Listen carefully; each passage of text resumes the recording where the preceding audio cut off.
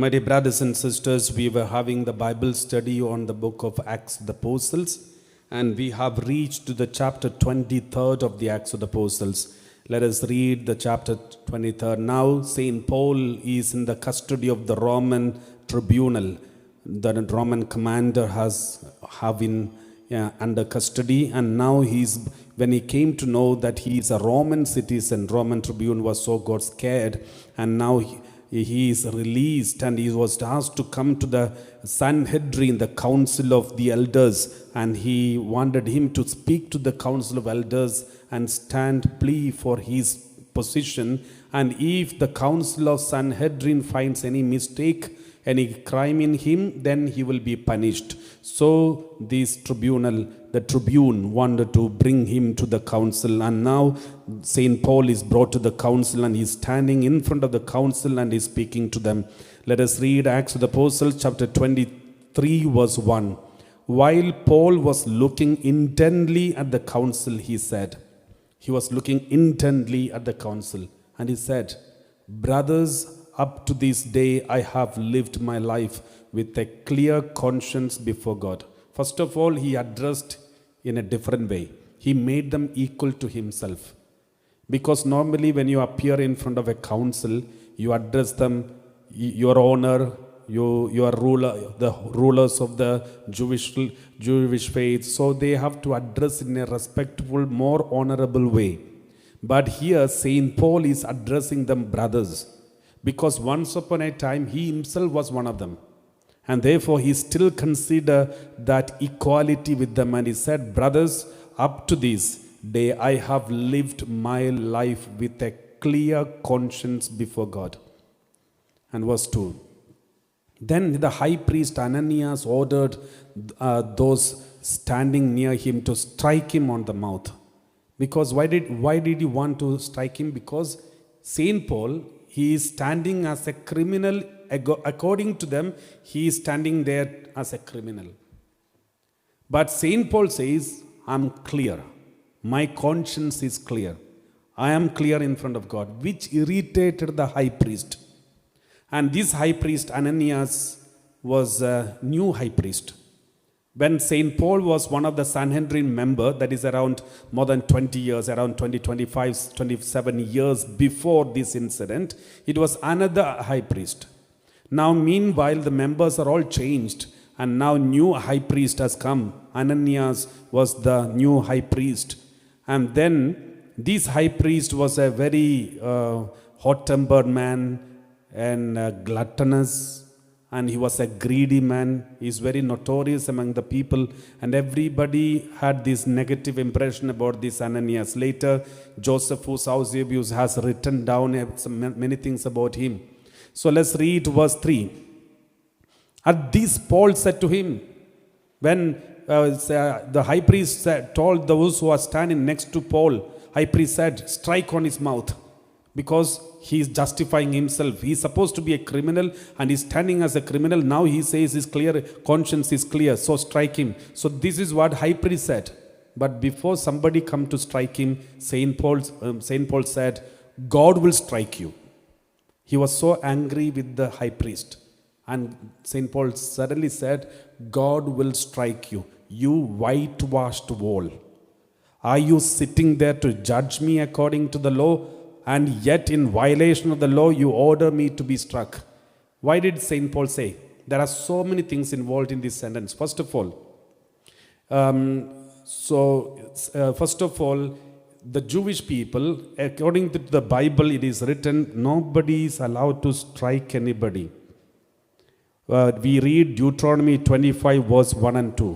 Deuteronomy 25 verse 1 and 2. Suppose two persons have a dispute and enter into litigation, and the judges decide between them, declaring one to be in the right and the other to be in the wrong.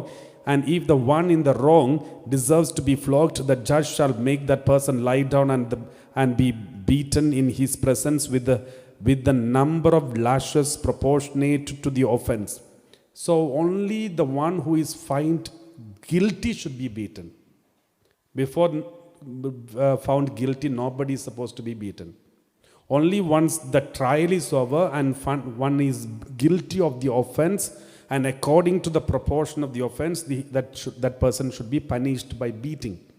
Here, St. Paul didn't even start the trial. The discussion didn't even start. Before that, the high priest is ordering to beat him, strike at his face, which is against the law.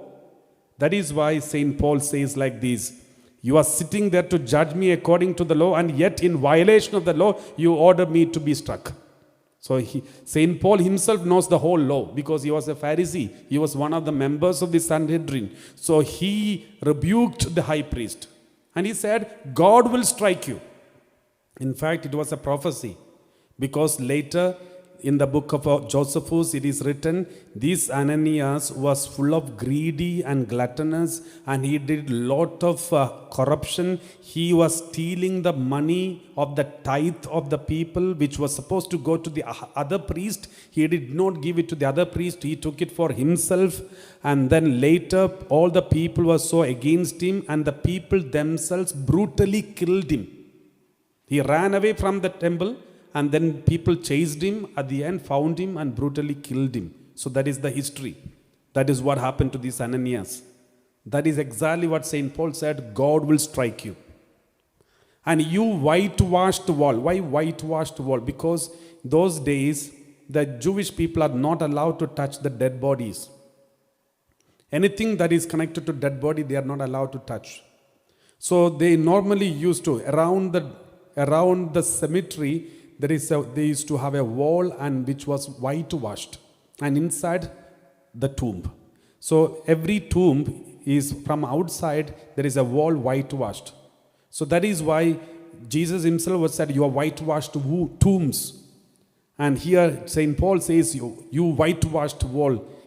Outside whitewashed, but inside cemetery. The worms and the worms are eating the flesh. So this is how, that is why he said, outside you are a high priest, you seem to be a priest or one of the Sanhedrin members, but inside worms are eating the flesh.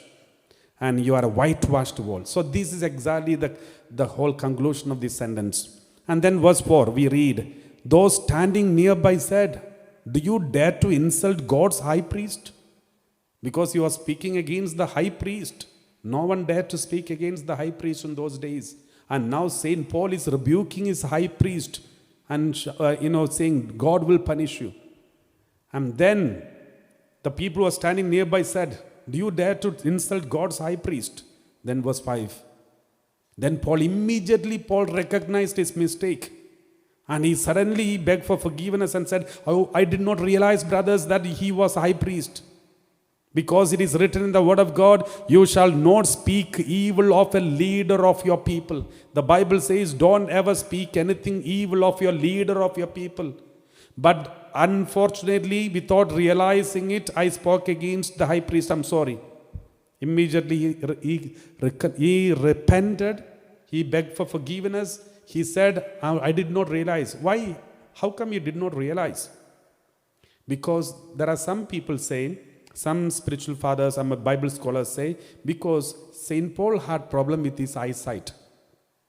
Because we had some time back, there was a discussion about, some time back we had a discussion about the thorn in the flesh. I had given a talk about, and that time there was some people, majority of the Bible scholars used to say, many of the Bible scholars used to say, the thorn in the flesh which he had was the eyesight problem. And because this eyesight, the problem of eyesight started when he had a conversion. A powerful light fell on him. He became blind for 3 days. And then Ananias prayed over him. And then he got the eyesight back. But still there was a problem remained in his eyesight. Because God allowed these things in his body so that he may remember his conversion all throughout his life. So that is why when St. Paul said, Lord, if it is possible, let this thorn be taken away. Jesus said, let it be there. It is good for you. In your weakness, you will glorify God. Your glory of God will be revealed in your weakness. So let's also read Galatians chapter 4 verse 14 and 15. Galatians chapter 4 verse 14 and 15. Though my condition put you to the test, you did not scorn or despise me. St. Paul himself said to Galatians, my condition is not good. I'm not healthy. I'm not strong. I have some problem. You did not scorn me, but welcomed me as an angel of God, as Christ Jesus. Though I have some problem, you welcomed me.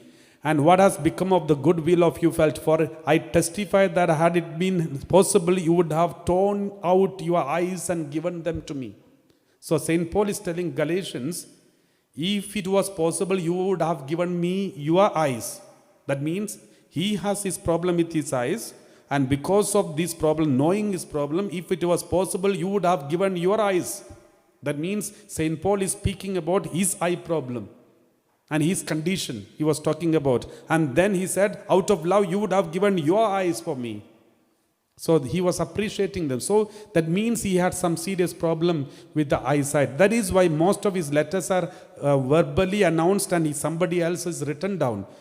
Let's also read chapter 6 verse 11 of Galatians. Chapter 6 verse 11 we read, see what large letters I make when I am writing in my own hand. See, he used to write, whenever he writes with his own hand, he used to write in large letters because he was not able to see properly. So this is how many scholars say. So that may be the reason he could only see so many people who were seated there, and from somebody among them he is telling someone to shout, strike at his face, and then suddenly he rebuked back without knowing it was high priest himself. Without knowing that it is high priest himself. And he said, I did not realize, brothers, that he was high priest, for it is written, you shall not speak evil of a leader of your people. Verse 6 we read, when Paul noticed that some were Sadducees, and let's read verse, when Paul noticed that some were Sadducees and others were Pharisees, he called out in the council, brothers, I am a Pharisee, son of, he wanted to escape. He was looking around how to escape this council. They all are ready to bounce on me, ready to strike on my face even before the trial starts. So they are going to kill me, destroy me. So this is not good. This is not a good atmosphere, situation. The best way to escape is divide and rule. Divide them and escape. So this is what he looked. He is a brilliant man. So he looked around and he found some people are Sadducees and some people are Pharisees. The Pharisees believe in the resurrection, they believe in the angels, they believe in the miracles. But Sadducees, they don't believe in the resurrection, they don't believe in anything supernatural, they don't believe in miracles. These are the two groups. And then he called out in the council and said, brothers, I am a Pharisee, a son of Pharisees, and I am on trial concerning the hope of the resurrection of the dead. My problem here is I'm speaking about resurrection and these people are accusing me because they don't believe in resurrection. So in fact what St. Paul said is true. What he said is true. It was correct. He was speaking about resurrection. But he made use of that situation to divide them so that he can escape. So what happened as a result? Verse 7. When he said this, a dissension began between the Pharisees and Sadducees. They started fighting with each other. And then St. Paul kept quiet. Let them continue now. So, and the assembly was divided. All the Pharisees bounced against the Sadducees, and Sadducees were against the Pharisees. And one group said, we believe in the resurrection. The other people said, we don't believe in the resurrection. So there was a big fight. And then verse 8. The Sadducees say that there is no resurrection or angel or spirit, but the Pharisees acknowledge all three. Verse 9. Then a great clamor arose, and certain scribes of the Pharisees, some important people of the Pharisees their group stood up and contended, and they said suddenly, without even asking any question, they suddenly said, we find nothing wrong with this man. I don't know how they found, but they find. Why nothing wrong with this man? But what if a spirit or an angel has spoken to him? Maybe a spirit or an angel has spoken to him, and that is why he's standing for these. So it may be possible because we believe in spirit and angel. So they said he is fine. And then verse 10. When the dissension became violent means physical attack started. Only verbal attack in the beginning, now they started physical attack. Then the tribune, fearing that they would tear Paul to pieces. So the tribune, the commander, he was wondering, wherever St. Paul goes, he is bringing problem. Initially everything peaceful and suddenly problem comes. So he was wondering what kind of person he is. And fearing that they would tear Paul to pieces, ordered the soldiers to go down and take him by force and bring him into the barracks. And then he was brought to the barracks. Verse 11, that night the Lord stood near him. So that night, in fact, St. Paul, when he was taken back to the barracks, he was so disappointed. You know why? Because God gave him 2 opportunities to preach the gospel. 2 wonderful opportunities to speak to the gospel, and 2 opportunities he missed out. First one, in front of the people, the moment he spoke about Gentiles, everybody, there was a big confusion and everyone started attacking him. Then he was forcefully taken inside. Now he got a wonderful opportunity to speak to the elders, the Sanhedrin, the leaders of the Jewish religion. He got a wonderful opportunity to speak to them. But the moment he spoke about resurrection, there was a big problem and he could not even complete the preaching, and therefore the tribune had to take him by force and gone to the barracks. So he was feeling so disappointed that his ministry was a failure.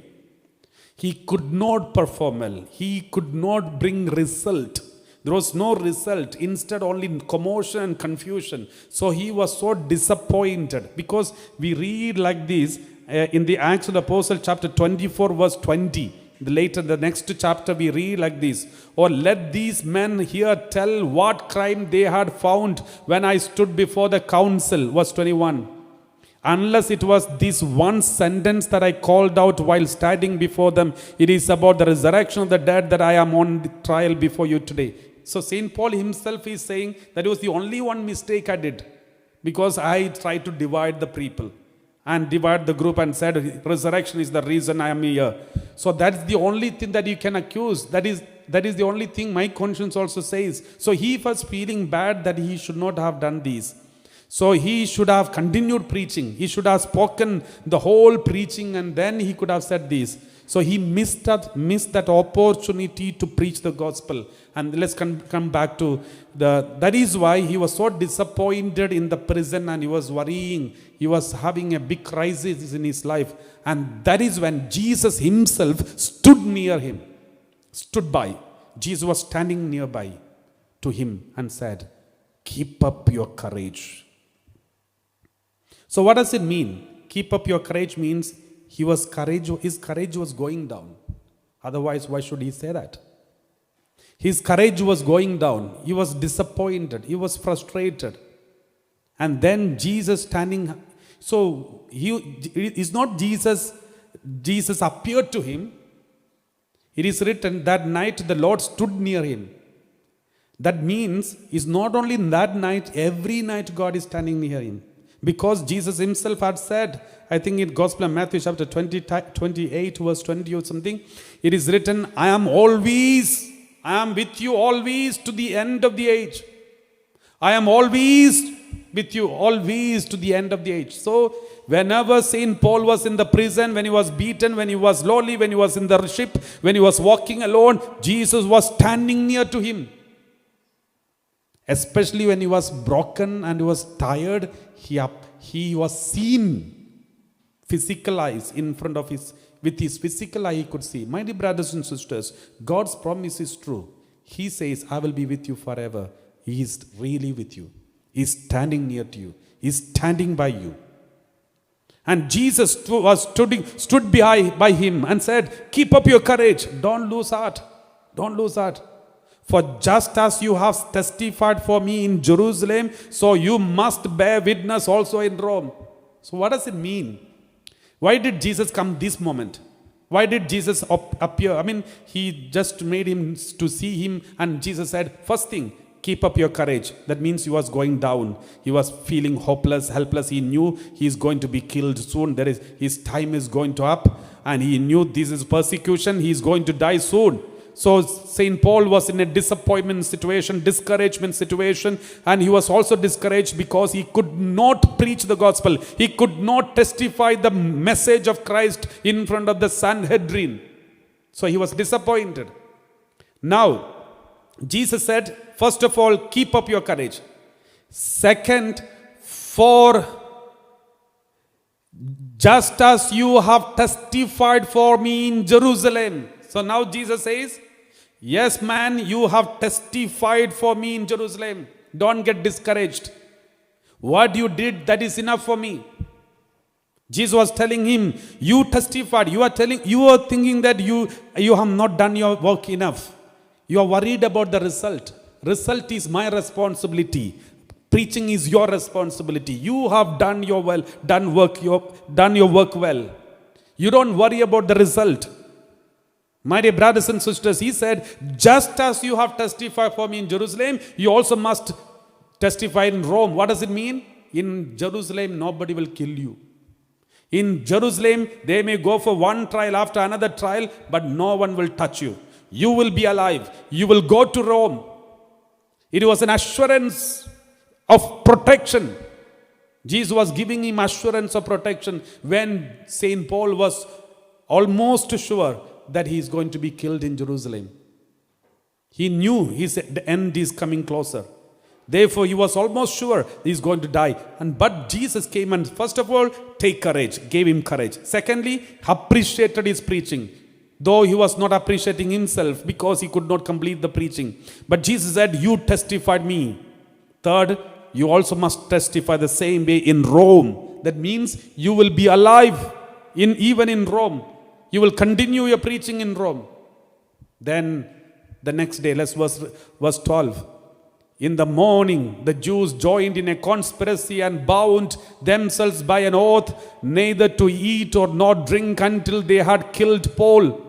Now you can see two promises, two vows. One is the vow of God, Jesus. Jesus said, you will be preaching in Rome. Now some 40 people came together and they took a vow, we will kill him in Jerusalem. Two vows. One, Jesus' vow. Another one, 40 Jewish people's vows. And they even ready to do fasting and prayer.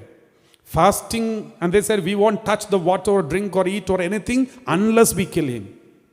Jesus said, you will go and preach in Rome.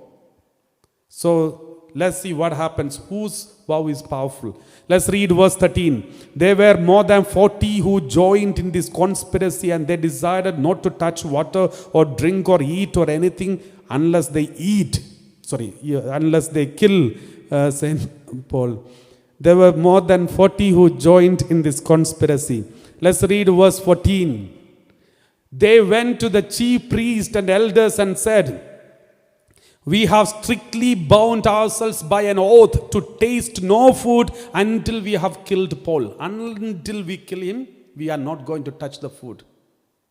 Because they knew it's very easy. In those days, some Jewish terrorists were there. In those days, they used to have an ambush, unexpected ambush on Roman soldiers and Roman leaders, and they kill Roman leaders. So they used to have some Jewish terrorists who used to come together, secretly attack people. So this same group of people, they took an oath that they won't eat until they kill Paul. And then came, and verse 15. Verse 15. Now then, you and your council must notify the tribune. You should inform tribune to bring him down to you on the pretext that you want to make a more thorough examination of this case. And we are ready to do away with him before he arrives. So tomorrow you call him, tell the tribune to bring him to the council, and before he comes here, we will attack him and we'll kill him. There will be only 1 or 2 security guard for him, and on the way, as they're coming to the council, we will have an ambush on the way and will kill him. So this was the plan of these 40 people. Verse 16. Now the son of Paul's sister. So son of Paul's sister, so Paul's relative, one man, the son of Paul's sister, heard about the ambush. So he went and gained entrance to the barracks and told Paul. He somehow got inside the barracks and spoke to Paul and said, Paul, this is what is going to happen. Then Paul called one of the centurions and said, take this young man to the tribune, for he has something to report to him. Tell him, take him to the tribune because he has something to report to him. Verse 18. So he took him, brought him to the tribune and said, the prisoner Paul called me and asked me to bring this young man to you. He has something to tell you. So they informed the tribune. And then verse 19. The tribune took him by the hand, drew him aside privately and asked him, what is that you have to report to me? Tell me. And then verse 20. He answered, the Jews have agreed to ask you to bring Paul down to the council tomorrow, as though they were going to inquire more thoroughly into his case. Verse 21. But do not be persuaded by them, for more than 40 of their men are lying in ambush for him. They have bound themselves by an oath neither to eat nor drink until they kill him. They are ready now and are waiting for your consent. So this is all the secret was revealed to the tribune. Verse 22. So the tribune dismissed the young man, ordering him, tell no one that you have informed me of this. So very interesting, the story becoming thrilling and suspense thriller. Now let's see, this is what happened. And then verse 23. Then he summoned 2 of the centurions and said, get ready to leave by 9 o'clock. Tomorrow, 9 o'clock, tonight, 9 o'clock for Caesarea. You have to immediately, before they come and ask for St. Paul, today itself, you have to, by 9 o'clock, get ready and go to Caesarea. Caesarea was the capital of Roman government in Palestine and Galatia and Cilicia, all these areas. The capital of Roman government was in Caesarea. So he said, get ready today night, 9 o'clock, tonight you have to start and take him to Caesarea with 200 soldiers, 70 horsemen and 200 spearmen. Total 470 security guard. Just imagine, when God has decided to protect you, He will give you extreme protection. So this is how Jesus has told him, you will go to Rome and preach. And there are some people, 40 people, you will be killed tomorrow. And Jesus is giving extreme protection. And 470 trained soldiers were trained guarding St. Paul. And 24. I'll also provide mounts for Paul to ride. So he's on the horses, and take him safely to Felix the governor. So he is taken to Felix. Felix is another character. Felix is the governor of Roman governor. Initially he was a slave. Felix was a slave, and he has his brother called Pallas. And this brother became close friend of Nero the emperor. Because of his influence, Felix was released from the slavery, and slowly he became the governor. And once he became governor, he became more powerful. He got married four wives, and then he started killing all the people who are standing against him. And he was like a small king. He was ruling that place. He had no morality, nothing. And such a person called Felix the governor. And then verse 25, he wrote a letter to this effect. So now this tribune writing a letter to Felix. He said, verse 26, Claudius Lysias to his excellency the governor Felix, greetings. Verse 27. This man was seized by the Jews and was about to be killed by them. But when I had learned that he was a Roman citizen, I came with the guard and rescued him. So he's speaking all highly about him. He didn't say about how Paul was bound with his hands and legs, how he was scourged. All these things he hid because he knew he'll be in trouble. If he tells the whole truth, he will be in trouble because he's a Roman citizen. Roman citizen should not be punished like this before the trial. So he says, I protected a Roman citizen. So he was speaking highly about himself, and he said, I protected, now I'm sending him to you. They are trying to kill him, but I'm protecting Roman citizen. Verse 28. Since I wanted to know the charge for which they accused him, I had him brought to their council. Verse 29. I found that he was accused concerning questions of their law. It is nothing to do with the Roman government law, but was charged with nothing deserving death or imprisonment. He is not supposed to be imprisoned, or he doesn't deserve these. Verse 30. When I was informed that there would be a plot against the man, I sent him to you at once, ordering his accusers also to state before you what they have against him. So I sent him to you. Now I told those people, accusers, to go and speak to Felix. and you can have a trial in front of him. This is what I told, he said. Verse 31. So the soldiers, according to their instructions, took Paul and brought him during the night to Antipatris. So that is the leader of that group. And verse 32. The next day they let the horsemen go on with him. So the horsemen went back. Horsemen went with him. The rest of the people went back because the most dangerous place is over.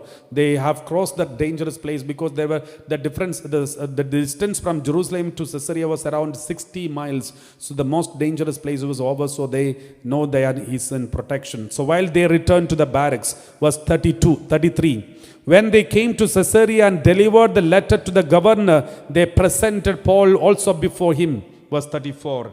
Let's read. When they came, and on reading the letter, he asked what province he belonged to. And when he learned that he was from Cilicia, verse 35, that means he's under him. He said, I will give you a hearing when your accusers arrive. Then he ordered that he be kept under guard in Herod's headquarters.